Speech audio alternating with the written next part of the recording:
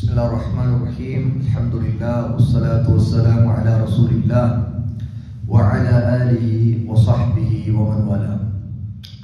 أعوذ بالله من الشيطان الرجيم. بسم الله الرحمن الرحيم. لإيلاف قريش إيلافهم رحلة الشتاء والصيف فليعبدوا رب هذا البيت الذي أطعمهم من جوع وآمنهم من خوف. சூரா குரைஷ். குரைஷி மக்களை பற்றி அல்லாஹ் தஆலா இந்த சூராவில் பேசுறார். அல்லாஹ் அவர்களுக்கு புரிந்த, அவர்களுக்கு செய்த அருட்கொடைகள், நிஅமத்துகள், அதை அல்லாஹ் அவர்களுக்கு நினைவூட்டுகிறார். இப்படி அல்லாஹ்வுடைய அருட்கொடைகளை, நிஅமத்துகளை அனுபவித்துக் கொண்டே அல்லாஹ்வுக்கு நன்றி கெட்டத்தனமா அவனுக்கு இணை வைக்கின்ற பாவத்தை விட்டு விலகி அல்லாஹ்வையே வணங்கும்படி, இந்த கஅபாவுடைய இறைவனாகிய அல்லாஹ்வை வணங்கும்படி அல்லாஹ் தஆலா எச்சரிக்கிறான், ஆர்வமூட்டுகிறான். அதுல அல்லாஹ்வுடைய இந்த ஆயாத்துகள்ல முதல் ஆயா லிஈலாஃபி குரைஷ். லிஈலாஃப் அப்படி சொன்னா ஆசையை, விருப்பத்தை ஏற்படுத்துறது. அல்லாஹ் தஆலா யாருக்கு இந்த ஆசை விருப்பத்தை ஏற்படுத்தி இருக்கிறான்? குரைஷ். லிஈலாஃபி குரைஷ். அல்லாஹ் குரைஷிகளுக்கு விருப்பத்தை ஏற்படுத்தி இருக்கிறான். விருப்பத்தை ஏற்படுத்தியதால் ஈலாஃபிஹிம் ரிஹ்லத்தஷ் ஷிதாஇ வஸ்ஸைஃப், அவர்கள் குளிர்காலத்திலும் வெயில் காலத்திலும் கோடை காலத்திலும் பயணம் செய்வதற்கு அவர்களுக்கு விருப்பமாகிவிட்டது. இதற்கு ஒரு வரலாறு இருக்கு. நேற்று நாம சூரா அல் ஃபீல் பார்த்தோம். யானைப்படையை அல்லாஹ் தஆலா அழிக்கிறான். குறைஷிகளை அல்லாஹ் பாதுகாத்துட்டான். காபாவை பாதுகாப்பதுதான் அல்லாஹ் தஆலா அங்க நடத்தினது. குறைஷிகளையும் அல்லாஹ் பாதுகாத்தான். இங்க என்ன நடந்தது கேட்டா, வரலாறுல குறைஷிகளுக்கு இருந்த மதிப்பும் மரியாதையும் இந்த சம்பவத்துக்கு பிறகு இன்னும் கூடி போச்சு. ஏன்னா ஒரு மிகப்பெரிய அற்புதம் அவருடைய ஊர்ல நடக்குது. ஒரு பெரிய மன்னன் பெரிய படையோடு வருகிறான். அரபுலகமே வேடிக்கை பார்க்குது என்ன நடக்க போகுது அப்படின்னு.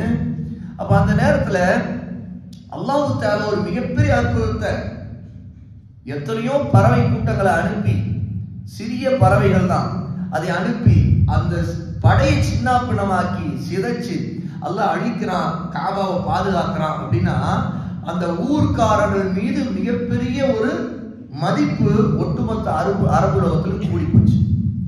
ஏற்கனவே அரபு உலகம் எப்பவுமே குறைஷிகள் மேல ஒரு மதிப்பு வச்சிருந்தாங்க.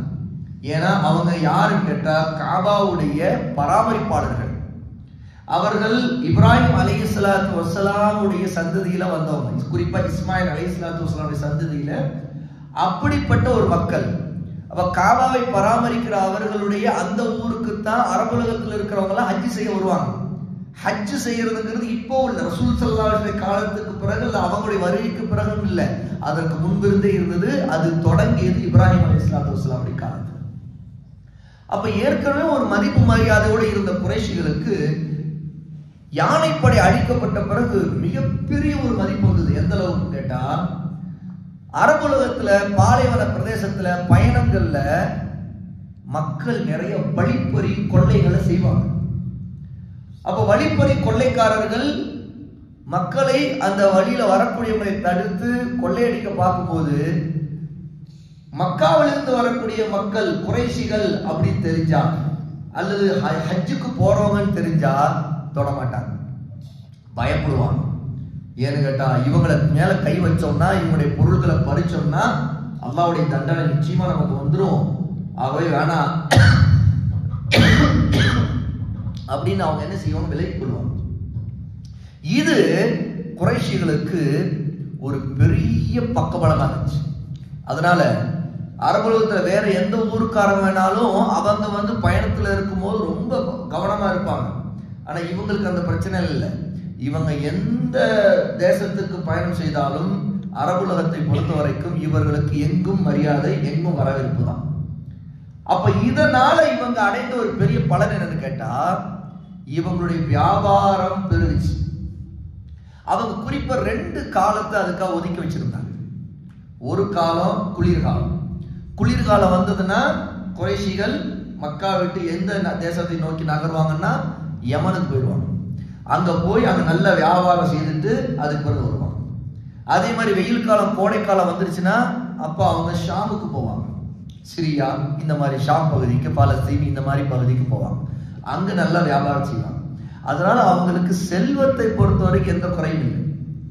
இன்னும் சொல்ல போனா அவங்க குறைஷிகள் அரபுலகத்துல பெரிய மதிப்பு அந்தஸ்தோடு இருந்தது மட்டுமல்ல, ஒரு பாலைவனம், அது ஒரு பொட்டல் காடா வெறும் மலை பிரதேசங்களா இருந்து கொண்டிருந்த பூமியில எந்த விளைச்சலுமே இல்லாத ஒரு பூமியா இருக்கிற இன்று வரைக்கும் உள்ள மக்கள் அதுதான்.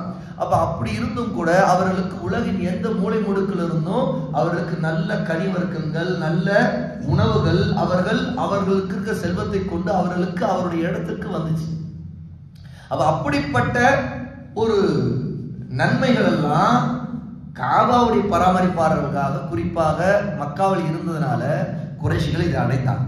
அப்ப அல்லாஹ் சொல்றான், லீலாஃபி குரைஷ், குறைஷிகளுக்கு அல்லாஹ் விருப்பத்தை ஏற்படுத்தி, ஈலாஃபிஹிம், எதிலே அவர்களுக்கு விருப்பத்தை ஏற்படுத்தினான் என்றால் ரெஹ்லா, பயணம் செய்வதிலே அவர்களுக்கு விருப்பம். ஏன்னா மற்றவங்களும் பயணம் செய்ய பயப்படுவாங்க, இவங்களுக்கு ஆசையும் விருப்பமும் இருக்கும், அவங்களுக்கு தைரியம் இருக்கும், ஒரு பிரச்சனையும் இல்லை, நம்ம யாரும் தொட மாட்டாங்க, தீண்ட மாட்டாங்க, அப்படி அவங்களுக்கு ஒரு தைரியம் இருந்துச்சு. அதனால விருப்பம் இருந்தது.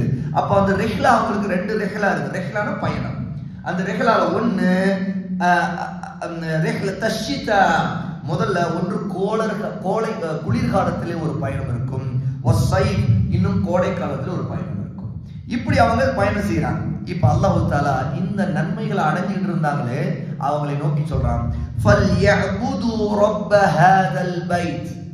இப்படிப்பட்ட குறைஷிகள், இவர்கள் இப்படியெல்லாம் அல்லாஹ்வுடைய அருட்கொடையை அனுபவித்துக் கொண்டிருக்கிறவர்கள், ஃபல்யஅபுது, வணங்கட்டும், வணங்குவார்களாக. யார?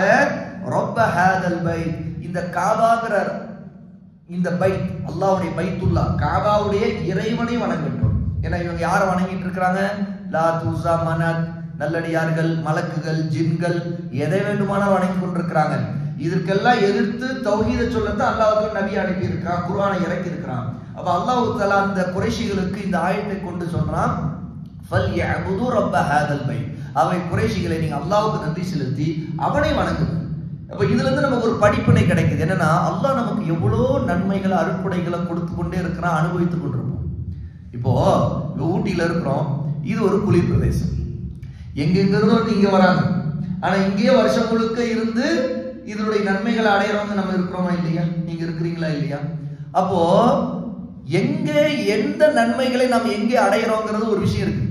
அப்ப இங்க சிலர் சில வகையான நன்மைகள் அடைவாங்க, இன்னொருத்தர் பிளைன்ஸ் ஏரியால இருக்கக்கூடிய சமவெளி பகுதியில் இருக்கிற அவங்க வேற சில நன்மைகள் அடைவாங்க. ஒவ்வொருத்தரும் இந்த பூமியில் அல்லாஹ் கொடுத்த நன்மையை அடைந்து கொண்டுதான், அதை கவனிச்சு பார்த்தா தெரியும். அப்போ நாம் இந்த நன்மைகளை எல்லாம் அல்லாஹ்விடம் அடைகிறோமே, நாம் என்ன செய்ய வேண்டும்? அல்லாஹ்வுக்கு நன்றி செலுத்த வேண்டும், அல்லாஹ்வுக்கு கீழ்ப்படிய வேண்டும், பாவங்களை விட்டு விலக வேண்டும். முதல்ல ஷிர்க் குஃப்ரை விட்டு விலகணும், அப்புறம் பிதஅத்துகளை விட்டு விலகணும், அப்புறம் பெரும் பாவங்களை விட்டு விலகணும் கட்டாயம். அது மட்டுமல்ல, சிறு பாவங்களை விட்டு விலக பார்க்கணும். அப்ப எதிலையும் நாம் அலட்சியமா இருக்கக்கூடாது. அல்லாஹ்வுக்கு கீழ்ப்படிவதில் விலகுவதற்கு அது ஒரு இபாதத், அது ஒரு வணக்கம். அப்ப அல்லாஹ் தஆலாவுக்கு அவன் நம்மை எதற்காக படைத்தானோ அதற்கு நன்றியோடு இருப்பதுதான் இபாதத்தை என்று வெளிப்படுத்துறது.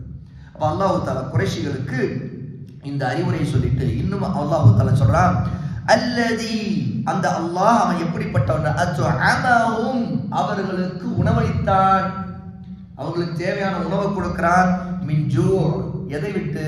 பசியை விட்டு. பசின்னு இருக்கிற போதெல்லாம் அவங்களுக்கு தேவையான உணவு கொடுக்கப்படுது, அதுல எந்த குறையும் இல்லை, பட்டினியில் அவங்க இருந்தா வாட வேண்டிய நிலையில இல்லை. அது மட்டும் வஆமனஹும் மின் ஹௌஃப், இன்னும் பயத்திலிருந்து அல்லாஹ் பாதுகாப்பை கொடுத்திருக்கிறான். அப்போ இந்த 2 விஷயம் இருக்குதே. உலக சமுதாயம் எப்பவுமே ஒரு திருப்திகரமா ஒரு வாழ்க்கை வாழணும்னா 2 தான் தேவைப்படுது. ஒண்ணு சாப்பாடு, ஏன்னா பசியில நம்முடைய நிலைமை என்ன ஆகும் தெரியும். அப்போ ஒருத்தருக்கு பசி வந்துச்சுன்னா, பசி வந்தா 10 பறந்து போகும்னு சொல்லுவாங்க. அந்த மாதிரிதான் என்னதான் ஒருத்தர் ஒரு குறிப்பிட்ட நேரம் வரைக்கும் கண்ட்ரோல்ல இருப்போம், சரியா? ஈவன் நோம்பு நேரத்துல கூட நல்லா நோன்பு வச்சு கண்ட்ரோல் இருக்கிறவங்க இருப்போம். ஆனா நோன்பு திறக்கிற நேரம் நெருங்க சீக்கிரம் நோன்பு திறப்போம். நோன்பை திறந்தவனையே அந்த நேரத்துக்கு வேணா நோன்பை திறந்தவனையே நம்ம ஓத வேண்டியது ஓதிட்டு தொழுதுருவோம். அதுக்கு பிறகு பசிக்குன்னு தேவைக்குன்னு ஒண்ணு இருக்கும் பாருங்க, உடனே என்ன சாப்பிடுறது, என்ன இருக்குது, அது வீட்டுல இல்லையா, அங்க ஓடு, அங்க ஹோட்டல்ல பாரு, இங்க போ. அப்படி மனுஷன் பாருங்க, பசின்னு ஒரு விஷயம் வந்துட்டா அவனுக்கு பல விஷயம் மறந்து போயிடும். இது யதார்த்தம். அப்ப பசிங்கிற ஒண்ணு எல்லா மனிதர்களுக்கு இருக்கக்கூடிய மிகப்பெரிய பலவீனம். அப்ப அந்த பலவீனத்திலிருந்து பாதுகாக்கிறது யாருன்னு கேட்டா அல்லாஹ் தான். எப்படின்னு கேட்டா அல்லாஹ் உணவளிக்கிறான், அது தேவையான ரிஸ்க் கொடுக்கிறான். இது ஒண்ணு. ரெண்டாவது, நிம்மதியா வாழணும், பயம் இல்லாம வாழணும்.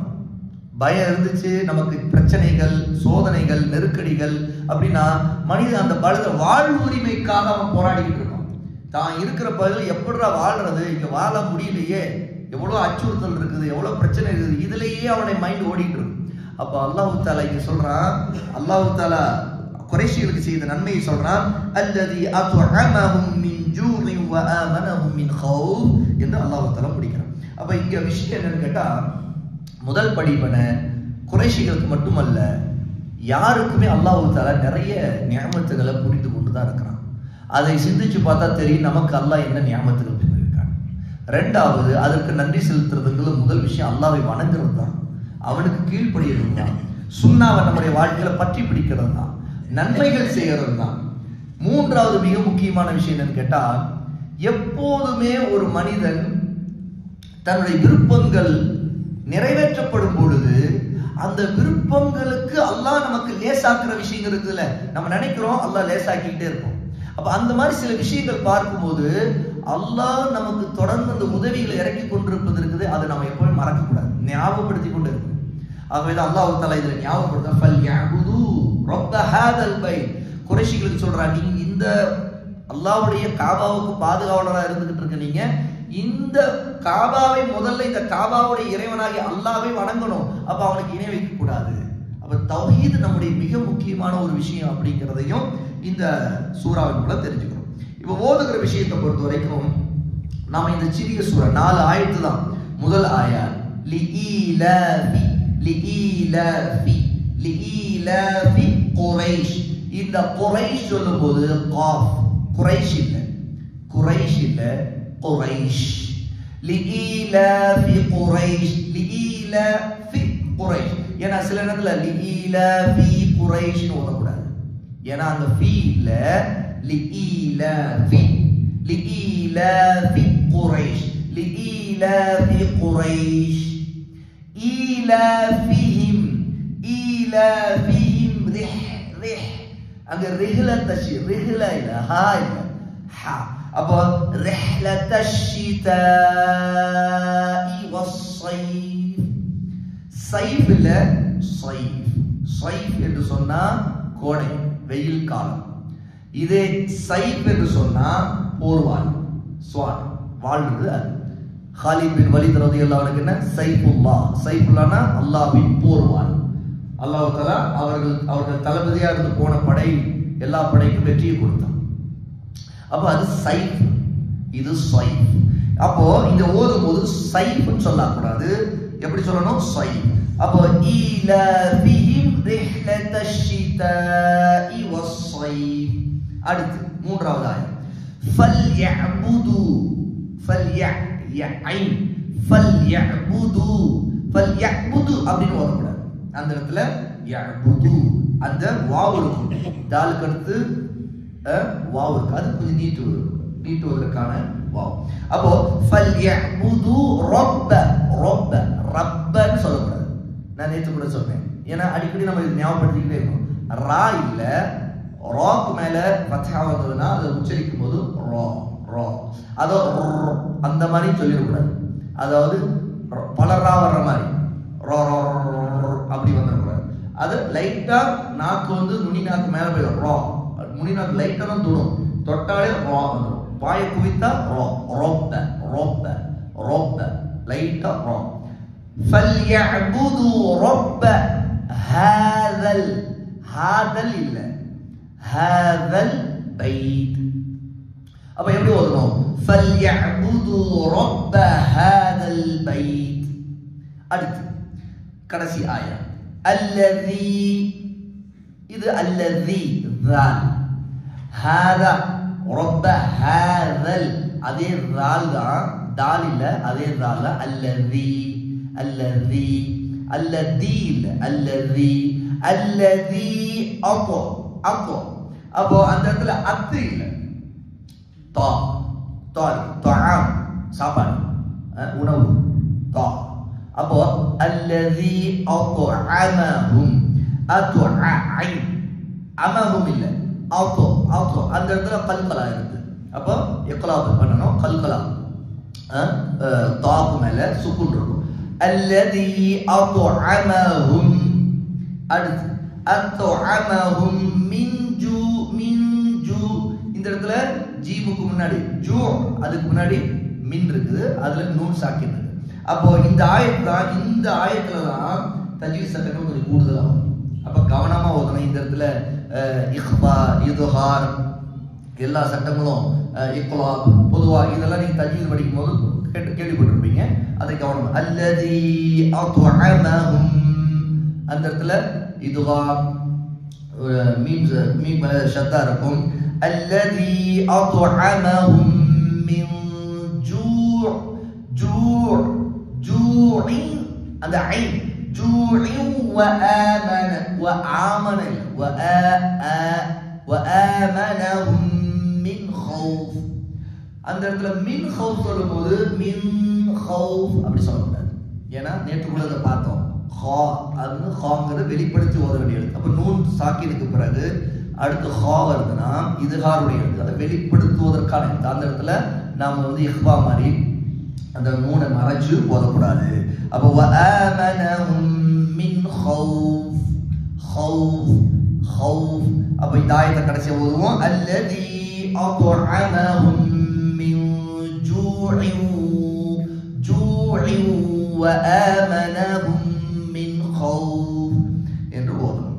அல்லாஹ் தஆலா நம்ம எதை கற்றுக்கொண்டோமோ அதை சரியாக பின்பற்றக்கூடியவர்களாக ஆக்குவானாக. பாரக்கல்லாஹு ஃபீக்கும் வ ஆகிரு தஅவானா அல்ஹம்துலில்லாஹி ரப்பில் ஆலமீன்.